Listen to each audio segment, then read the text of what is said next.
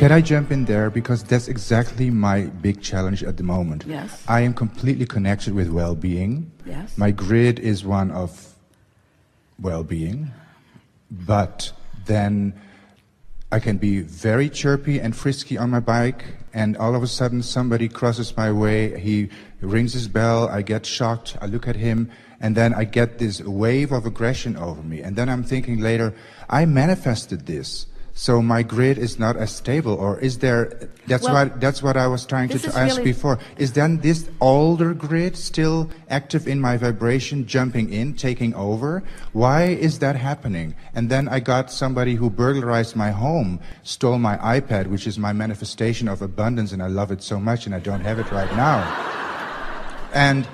But then this iPad was iPad 2, and I really wanted the new one. And just before this burglarization happened, I am getting a free new iPad. And then I'm thinking, what am I going to do with this new iPad? Should I sell that? So what I'm trying to tell you is like, I really wanted this new iPad, but I did not want to get rid of my old iPad by getting burglarized. But what's in my grid that caused this burglarization of my house? Is that maybe my unsafe feeling of my body when I was sick 2 years ago? Is that the old grid of feeling unsafe that manifested itself in my house, which was leaking from the roof, which now has been repaired because so that's all these old grids are still there, and did I not deal with them in a good way, and that's why they're still manifesting? I think that's my question.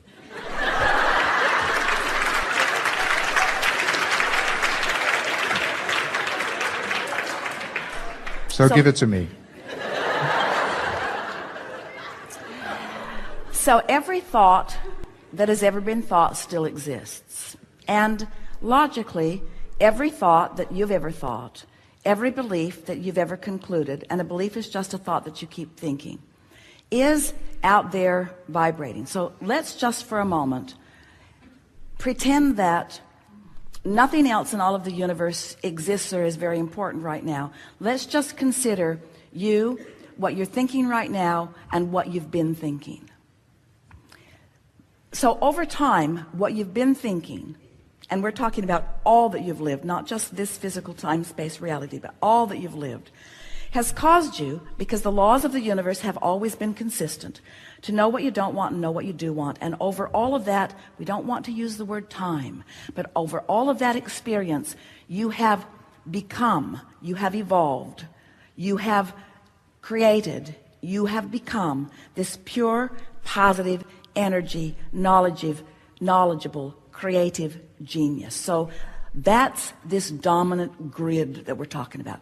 That's the grid of love and worthiness and appreciation. But I get that by default. Sorry. Just stay with us. You're really gonna understand all of this. Just okay. Follow, listen to our words, and try a little bit not to think about something that counters what we're saying. If you'll just follow this train, your perfect question will bring a perfect answer, and everyone will understand the grid in a powerful way. So through all that you've lived, this pure positive you, who you will meet fully again, who you will be fully and only again for a while when you croak, this pure positive energy being has been in the state of evolution, and it is, we're just going to throw this in, it might cause a little ripple in the ethers, it is actually what humans want to call God. That's what that powerful becoming of you is. So now we're leaving everyone else out of it. It's just you in your physical body now and what you're thinking. So over time, you've had a lot of experiences. You've had encounters that were aggressive. You've had encounters that were delicious. You've had all kinds of different experiences, and each one of those experiences established a vibrational pattern that still exists. But the question is, it's sort of like creating television channels or television programs that once you've created them, they're on an endless loop. So they're out there always playing, and at any time you could get your DVR tuned into it, and you could go back and watch it again if you want to. And we would encourage you to go back and watch the ones that were really pleasing, and never go back and watch the ones again that aren't pleasing, but for different reasons you watch the ones that aren't pleasing too. Sometimes you just like the drama of things. But so all of those things that you've ever lived, you have the potential of watching them again. And every time you do, now, so those were individual experiences that you could go back and tune into.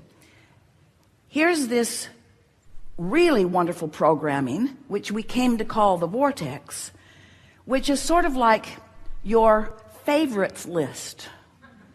It's where you put everything that you are. It's there in a holding pattern.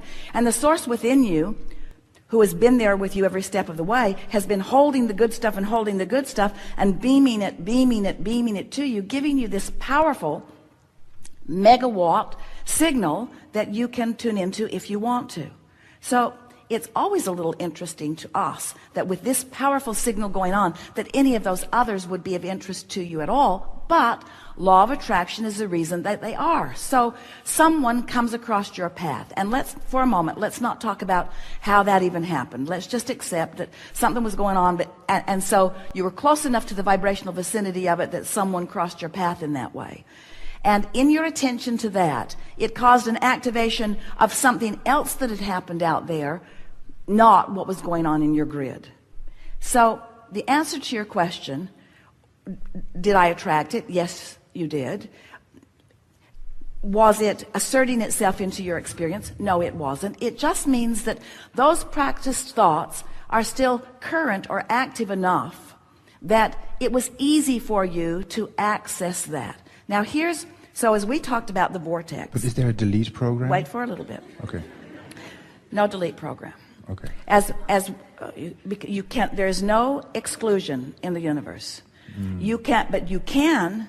So imagine that everything that you've lived is just this giant hard drive, and it's all there, but you don't know it, and so you're just sort of sloppily pushing buttons, and so things are turning up, and you're saying, oh, don't like that, don't like that, don't like that. And here's Abraham saying, be more deliberate, learn your controls, pay a little more attention to what you're doing.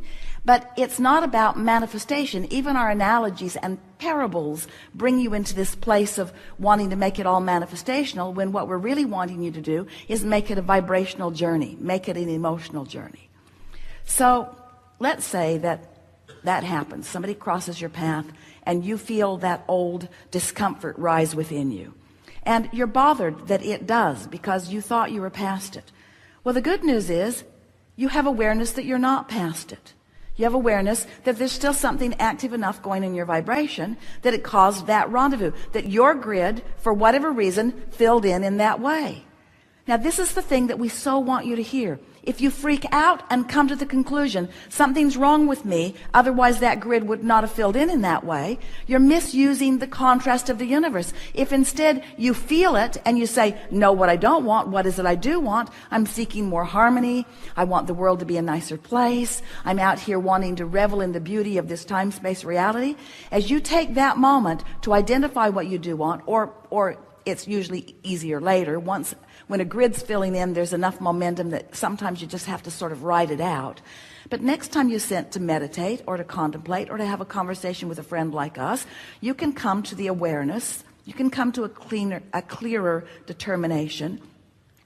I'm a harmonious being, and that's very likely just a residual of something that was there before, and it's inconsequential, and I like cleaning up my vibration, and I like knowing what's there, and I don't resent everything that I've lived. I appreciate everything that I've lived. That what we want this conversation to do for you, we want it to enhance your appreciation of this glorious grid that life, all life, has caused you to create.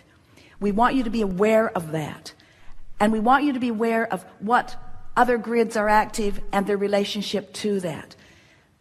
But most of all, we want you to be in this glorious feeling of dance, where you're not self-condemning, where you're accepting the perfection of the guy on the bike with the bell. The burglar? That's hard. You said, you feel at the core of your grid, This is what's going on in your grid, and then we'll take segment of refreshment relative to that. You love your prosperity and would like more of it. You're aware that there are others who have far more than you do, and there are others who have far more less than you do. And you're still in the process of trying to sort that out. Your grid holds for you all things wanted, but you've not allowed yourself that grid yet. True. You are letting yourself have more and more and more of it, but there's still a feeling of how much is appropriate for me to have and how much is inappropriate for me to have. And so now we come to the specifics of the iPad. You have a perfectly glorious iPad, but there's another one that's more shiny, that does more things, and you kind of want it too, but you feel like, oh, shouldn't I be satisfied with what I have? Yes. So then you activate a grid that says I shouldn't be greedy, and I should give to the poor, and I should help people out. Yes. And I don't want it to be wasted, and I don't want a bunch of unused things piling up in my drawer and becoming obsolete. And the universe said, we know someone who wants one.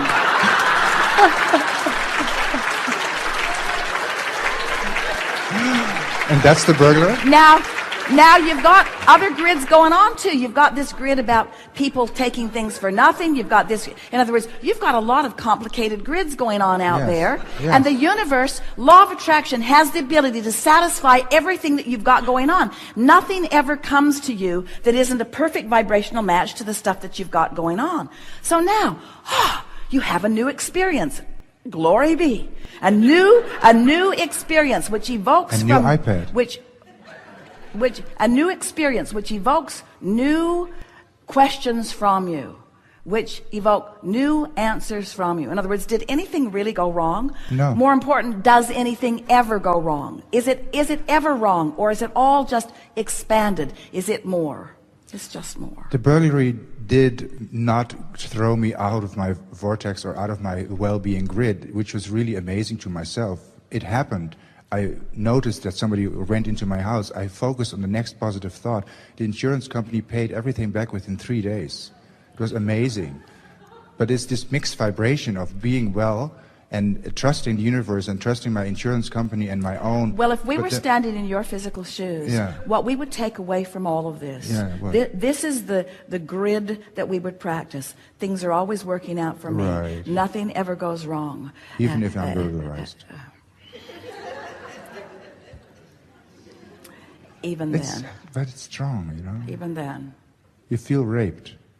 People get into your house, touch your piano. But all is well. All is well. When we come back from segment of refreshment, we'll clean even more up. Good time for it. Thank you.